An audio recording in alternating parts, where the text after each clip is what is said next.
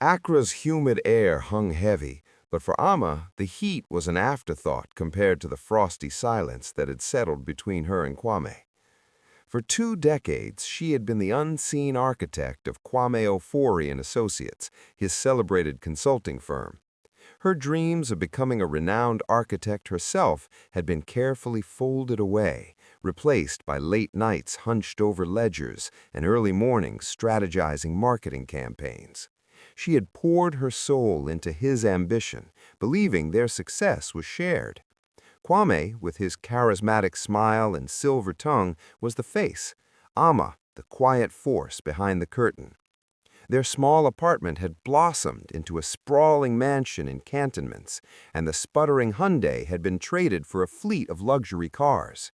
Yet, as the company's valuation soared into the millions, Amma felt a chilling distance growing. The news landed like a thunderclap during their anniversary dinner at an exclusive restaurant overlooking the Atlantic. Kwame, impeccably dressed and radiating an icy calm, announced his intention to divorce. His gaze, once filled with affection, was now devoid of warmth.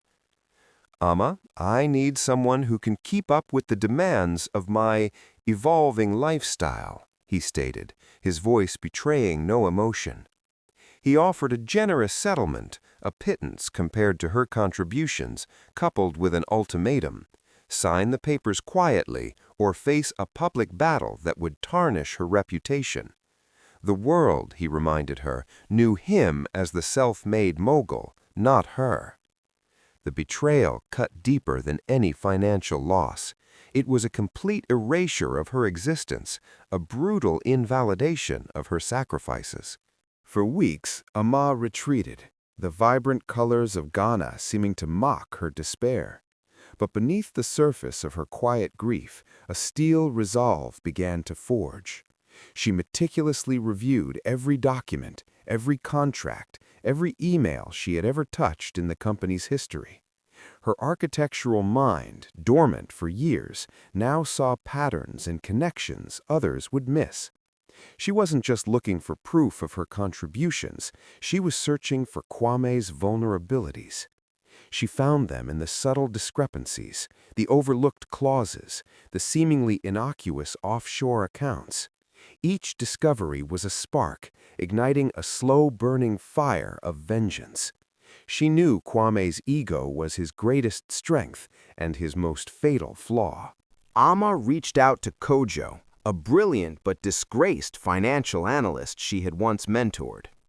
Kojo had been unfairly ousted from a prominent firm due to a scheme orchestrated by Kwame's cutthroat business tactics.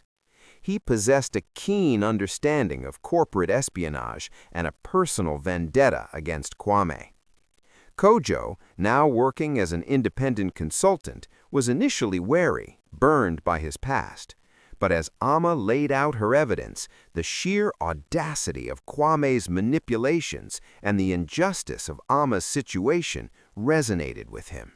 He saw an opportunity for redemption and a chance to dismantle the empire of the man who had ruined his career.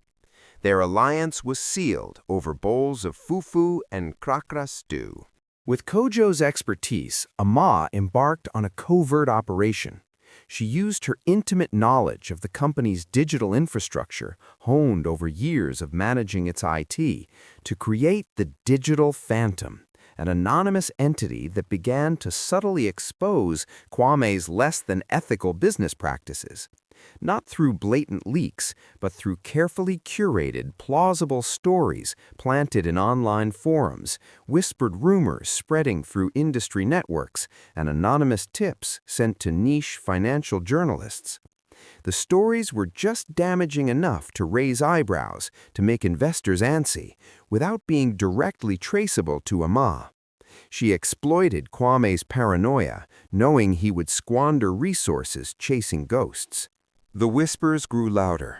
Investors started canceling meetings, clients became hesitant, and key employees began exploring other opportunities. Kwame, who thrived on his immaculate public image, was blindsided.